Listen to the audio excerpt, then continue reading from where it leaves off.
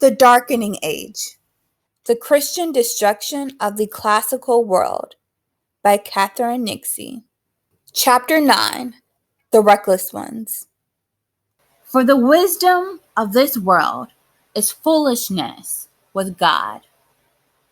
1 Corinthians 3:19. They called them the parabolani, the reckless ones. At first the name had been a compliment. Under the scorching heat of the Alexandrian sun in this city at the crossroads of busy trading routes, someone needed to carry away the bodies of the sick and the weak. Not to mention the merely unsavory poor, and do so swiftly to protect everyone else. This was a city that knew how devastating a plague could be. 150 years before, a new disease had arrived in Alexandria, then fanned out into the rest of the empire, killing millions. Then, 100 or so years later, the plague of Justinian struck. Its symptoms were even more abhorrent. Buboes appeared, followed variously by coma, delirium, agonizing pain, black pustules about as large as a lentil, the vomiting of blood, and finally, death. The plague was more devastating than the last. 25 million people died. To deal with the dead and the dying in an ancient city was therefore an essential job, and like most essential jobs, a despised one. In 5th century Alexandria, the men who stepped forward to do this work were the parabolani, the reckless young Christians, brave enough to act as stretcher bearers in this medicine-free world. These men were in many ways at the bottom of society. They were not wealthy or educated or even literate, but they had muscle, they had faith, and they had strength in numbers. By the beginning of the 5th century, there were an estimated 800 members of the parabolani in Alexandria alone, an army, and this word is used advisedly, of young men devoted to the service of God, or more precisely to the service of his representatives on earth, the bishops. As the scholar Peter Brown has pointed out, in cities across the empire at this time, powerful clerics were beginning to marshal huge followings of young men, strong believers in both senses of the word. In Rome, those who flocked behind the bishop were fossores, the diggers who mined out the city's famous catacombs. In Antioch, it was the pallbearers who surrounded their patriarch. These men had all initially been gathered to do good Christian deeds, but they could and would be deployed to do terrible ones. The control that many bishops had over their flock was firm to the point of unyielding. They were the gatekeepers of heaven and could shut those gates in the faces of those who displeased them. In the 4th and 5th centuries, bishop controls de facto militaries of the faithful, and they were not afraid to use them. In Rome, the diggers upset in an episcopal election with the use of alarming violence. As one bishop somewhat smugly observed, bishops were the calmers of disturbances and anxious for peace, except when they are moved by some offense against God or insult to the church, as Brown has observed. Except. Brown has rightly drawn attention to that word. Peace could only be had at the church's say-so. The Lamb of God was now flanked by lions. The diggers in Rome were fearsome enough, but it was the parabolani in Alexandria who became infamous. Cross the Bishop of Alexandria, and as locals knew to their cost, he might send some of the 800 parabolani to visit you. Argument incarnate, they mass outside the town hall, the theater, and the law courts. Their mere presence was enough to bully opponents into submission. They have been described as a terrorist charity, a strange oxymoron, but a good one. These men died at times, do good deeds, but they also sowed fear. Terror is a word used in Roman legal documents about them.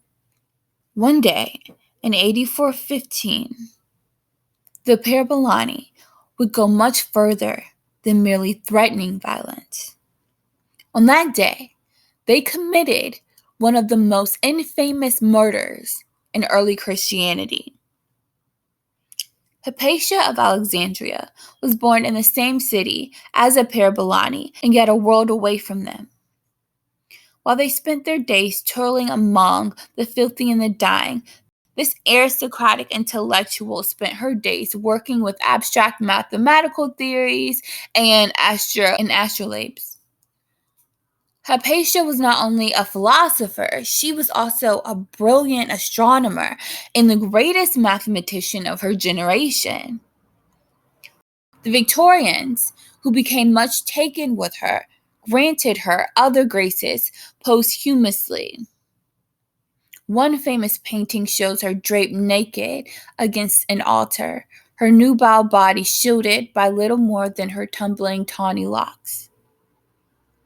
A novel about her, by the Reverend Charles Kingsley, author of the children's novel The Water Babies, is rich in such breathless phrases as the severest and grandest type of old Greek beauty, and in musing on her curved lips, and the glorious grace and beauty of every line. This, alas, is romantic bunk. Hypatia was, without doubt, a beauty, but far from draping herself in her tumbling curls over altars. She always dressed in the austere and concealing uniform of a philosopher's cloak. She was devoted to the life of the mind rather than of the flesh and remained a virgin. Any man bold enough to attempt her to sway from this resolve met with a bracing response. It is said that one of her students fell in love with her and, not being able to control his passion, confessed his feelings. Hypatia responded briskly.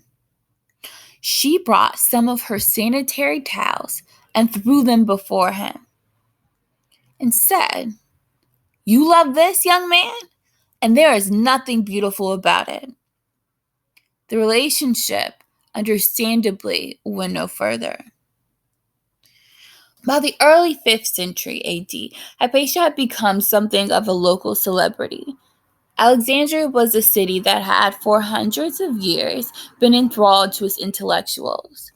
Almost as soon as there had been a city in that spot, there had been a library. And almost as soon as there was a library, stories about the library, and particularly about its foundation, had started to accumulate. According to one story, Ptolemy II, the ruler of Alexandria, had written a letter to every king and ruler on earth begging them to send his library works by all kinds of authors, poets and prose writers, rhetoricians and sophists, doctors and soothsayers, historians, and all the others too. Not just in Greek either, but in every language. Men too were sought and experts enlisted from every nation to act as translators. Each group of scholars was allocated to the appropriate text, and so a Greek translation of every text was made. Nothing was to be left out of this ambitious new collection, not even religion. Indeed, particularly not religion. It had been Alexander's firmly held belief that to govern a people, you need to understand them. And who could hope to understand a people unless you knew what they worshipped? Understand that, and you understand their souls. Understand a nation's soul, and you could control it. Vast efforts were made with religious texts. 2 million lines of verse, said to be by the ancient Iranian prophet Zoroaster, were translated. The very first translation of the Hebrew Bible into Greek was, according to legend, made here in the 3rd century BC. This was intellectual conquest as much as academic inquiry, and it could, at times, feel invasive. If you had docked in the city's handsome port in the 3rd century BC, then your ship would have been boarded by the officials of Ptolemy III, your Grades. These officers would then have conducted a brisk search of your ship, hunting not for contraband, but for something that was here, considered far more valuable: books. If any were found, they were confiscated, taken off, and copied. The librarians, well aware of the fallibility of scribes, preferred originals, would then be returned to the ships while the originals were labeled from the ships and taken to the great library itself. The Athenian government was written to, and their official copies of the great tragedies of Aeschylus, Sophocles, and Euripides, believed to be the most accurate in existence, were requested. The Athenians naturally refused. Ptolemy III pressed them. He would pay a vast deposit, he said, 15 talents, as proof of his good faith. Finally, the Athenians were persuaded, and they sent their tragedies. The faithless Ptolemy made magnificent copies on the finest writing materials, then sent these back across the sea. Athens got the money and the handsome new copies, but Alexandria had the best. It was a library of awesome ambition and size.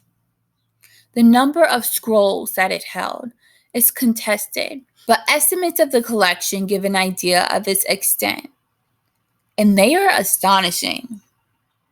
One puts the library's holdings at implausibly high 700,000 volumes by the 1st century BC. Nonsense probably, but there were perhaps as many as 500,000 scrolls by the 3rd century BC. Certainly, there were so many that for the first time, a system of categorizing the scrolls had to be invented to keep track of them all. This was easily the greatest library that the world had ever seen, or that it would see for centuries. The famous later monastic libraries were paltry by comparison.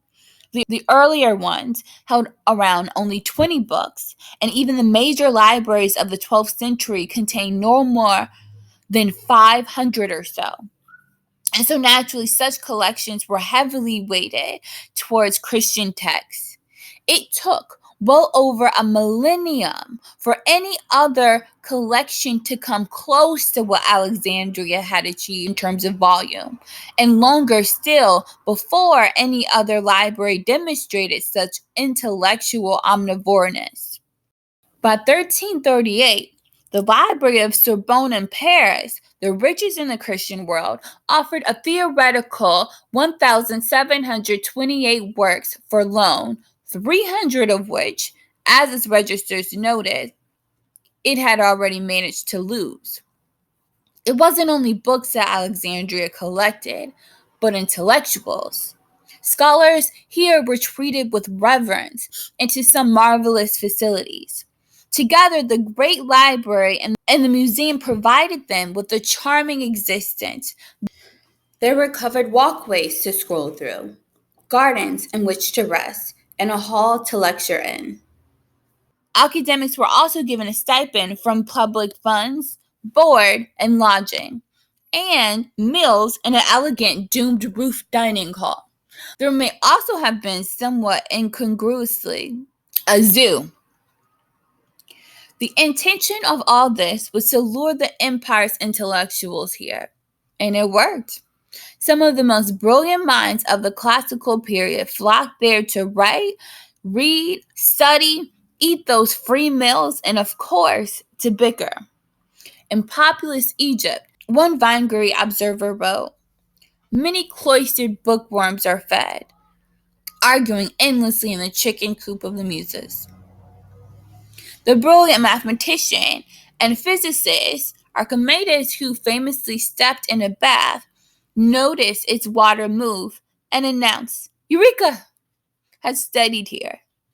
So too did Euclid, whose mathematical textbook remained the basis of the math education until the 20th century. Eratosthenes, who worked out the circumference of the Earth to an accuracy of 80 kilometers using little more than a stick and a camel, was also here, as too were the poet Callimachus, Aristarchus of Samos, who proposed the first heliocentric model of the solar system, the astronomer Hipparchus, Galen. The catalog of Alexandria's intellectuals is as remarkable as that of its books. Hypatia's own father, Theon, had studied here. He was a mathematician of astonishing perspicacity, not to mention longevity. The commentaries he produced on Euclid were so authoritative that they formed the foundation of modern editions of his texts. Read Euclid today, and you are reading, in part, the work of Hypatia's father. Nothing lasts forever. As she stepped out on her daily ride through Alexandria in her chariot, Hypatia would have passed through a very different city to the one enjoyed by her forebears. As the 4th century opened, even its horizon had changed. The great temple of Serapis that had once dominated the city's skyline had now gone. Passing through the city, she would have seen other desecrations, smaller but shocking. After raising Serapis, the Christians had gone on a victorious rampage through the city and its 2,500 shrines, temples, and religious sites. Busts of Serapis that had, much like the Virgin Mary in the Italian villages today, previously stood in streets, while niches and above doorways had been removed, cleansed. The Christians had so cut and filed them away that not even a trace or mention of the Serapis or any other demon remained there. In their place, everyone painted the signs of the Lord's cross on doorposts, entrances, walls, and columns. Later, with bolder finality, crosses were carved in. The city's intellectual life had suffered. The final remnants of the great library had gone, vanishing along with the temple. Many of Alexandria's intellectuals had gone too, fleeing to Rome or elsewhere in Italy, or anywhere they could get to away from this frightening city. Nevertheless, though much had gone, much had remained. At the beginning of the 5th century, Alexandria still exerted a pull on the intellectuals of the empire, and Hypatia moved in a guarded circle. It was said that anyone who wanted to study philosophy traveled vast distances to get to her, coming from as far afield as Rome, Libya, and Syria. Some of Alexandria's leading citizens petitioned her for advice. It seemed she doled out with alarming frankness. Whenever anyone new and notable visited Alexandria, one of the first things they did was to pay Hypatia a visit. Orestes, the aristocratic governor of Alexandria and one of the most important men in the city, had become a confident friend and powerful ally, and as it would turn out, a dangerous one. In a world that was becoming increasingly riven along sectarian lines, Hypatia remained determinedly nonpartisan in her behavior, treating non-Christians and Christians with meticulous equality. Orestes himself was a Christian. People of all faiths crowded in to hear her lecture and flocked to her house to hear her speak. Devotees gathered round her at all times. Those who were taught by her grew almost easily rhapsodic in their praise. They were fortune darlings, to be able to sit at the feet of this luminous child of reason. Many of Hypatia's pupils had other, more concrete reasons to consider themselves blessed. They were some of the wealthiest and best educated young men in the empire.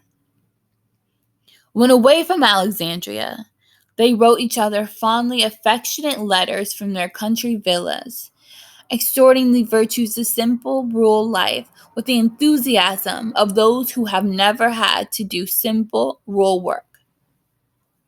When one student wished to show affection for another, he brought him a horse. Now, in her late middle age, Hypatia had established herself as one of the most respected figures in Alexandria. The entire city, as one later admirer gushed, naturally loved her and held her in exceptional esteem. It was not true. In the spring of the year 415, relations between Christians and non-Christians in Alexandria were tense. The sky above the city might have been darkened by only a few scudding white clouds, but in its streets, the atmosphere, always coarser, was more precarious than ever. To make matters worse, the city had a new bishop, Cyril.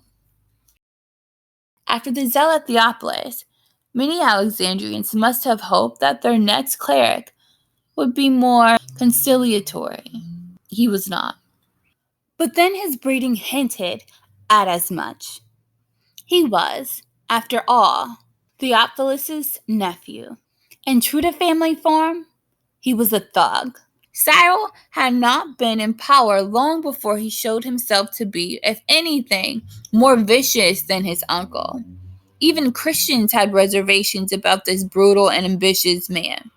He was, as one council of bishops put it, a monster born and educated for the destruction of the church. Within a few years of his coming to power, his violence had begun. The Jews were among the first to suffer.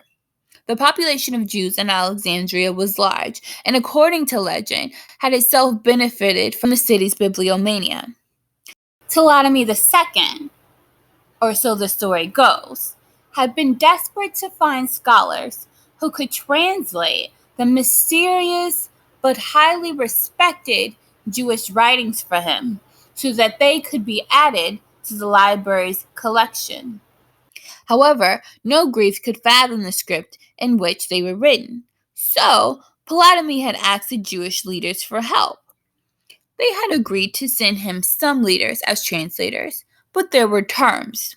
In return, they wanted the 100,000 or so Jewish prisoners of war held in the city to be set free. It was a vast number. Ptolemy thought for a moment, then agreed. He got his translators, 70 or so of them. The Jewish prisoners gained their liberty, and the Great Library got its translation, which became known in the translator's horror as the Septuagint. There is little interest in Hebrew writings by now, according to the hectoring sermons being preached by a new generation of intolerant Christian clerics. The Jews were not a people with an ancient wisdom to be learned from. They were, instead, like the pagans, the hated enemies of the church.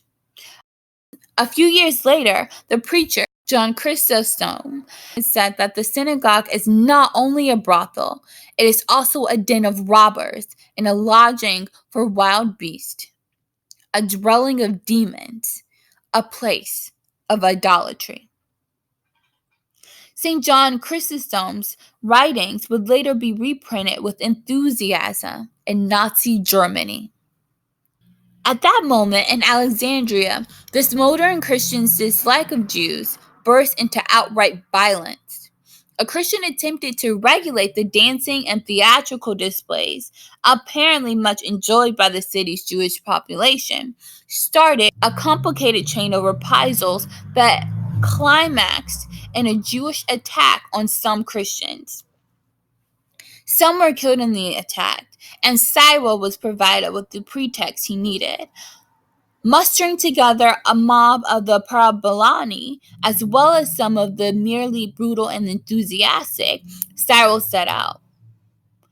He marched in wrath to the synagogues of the Jews and took possession of them and purified them and converted them into churches. Purified in such texts is often a euphemism for stole self-righteously.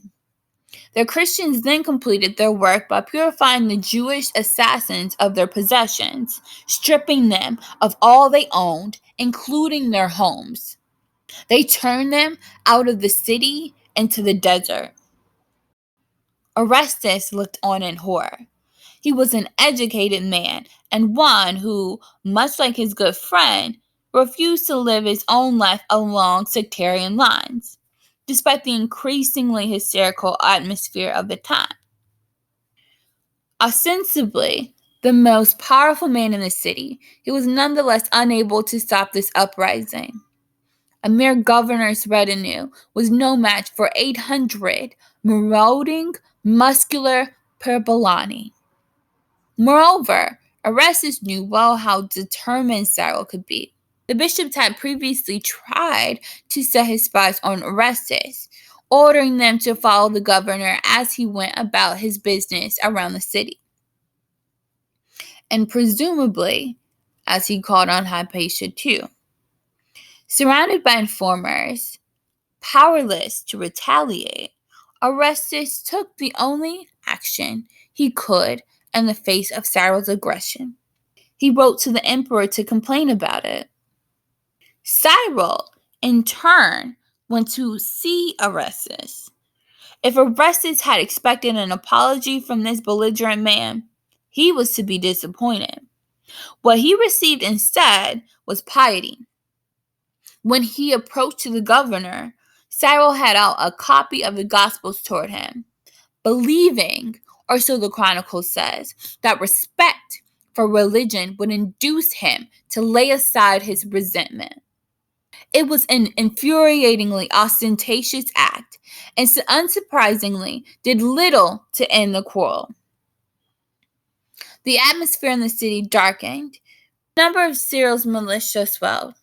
Around 500 monks descended from their shacks and caves in the nearby hills, determined to fight for their bishop. Unwashed, uneducated, unbending in their faith they were, as even the Christian writer Socrates admits, men of a very fiery disposition. One day, as Orestes rode in his chariot through the city, these monks in their dark and foul-smelling robes suddenly surrounded him. They began to insult him, accusing him of being a pagan idolater. He protested that, on the contrary, he was a baptized Christian. It made no difference. One of the monks threw a rock, and it struck Orestes on his head. The wound started pouring with blood. Most of his guards, seeing what they were up against, scattered, plunging into the crowd to get away from the monks. Orestes was left almost entirely alone, his robes covered in blood. The monks drew closer, forming a black crowd around him. He was outnumbered and almost certainly afraid, yet he refused to give in. Helped by some locals who rushed to his aid, he got away. Once again, intimidation only seems to have made him more determined, as his next act was to capture, then torture to death, the monk who had hurled the rock. Everything about this episode would have been abhorrent to a cultured citizen like Orestes. Cities should not be dictated to by the whims of bishops or terrorized by lynch mobs. They should be ruled by the law of the government that was administered by imperial officials. Anything less was the behavior of savages. Many of the city's aristocrats, perhaps repelled by the Christians' violence, supported him and his defiant stance towards Cyril. So too, crucially, did Hypatia. And then the whispering began. It was Hypatia's fault, said the Christians, that the governor was being so stubborn. It was she, they murmured, who was standing between Orestes and Cyril, preventing them from reconciling. Fanned by the parabolani, the rumors started to catch and flame. Hypatia was not merely a difficult woman, they said. Hadn't everyone seen her use symbols in her work and Escher labels? The illiterate parabolani, the bestial men, truly abominable, as one philosopher would call them, knew what these instruments were. They were not the tools of mathematics and philosophy. No, they were the work of the devil. Hypatia was not a philosopher. She was a creature of hell. It was she who was turning the entire city against God with her trickery and spells.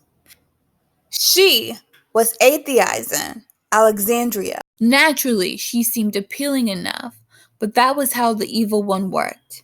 Hypatia, they said, had beguiled many people through satanic wiles. Worst of all, she had even beguiled Orestes. Hadn't he stopped going to church? It was clear she had beguiled him through her magic.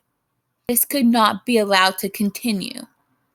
One day, in March AD 415, Hypatia set out from her home to go for her daily ride through the city. Suddenly, she found her way blocked by a multitude of believers in God. They ordered her to get down from her chariot.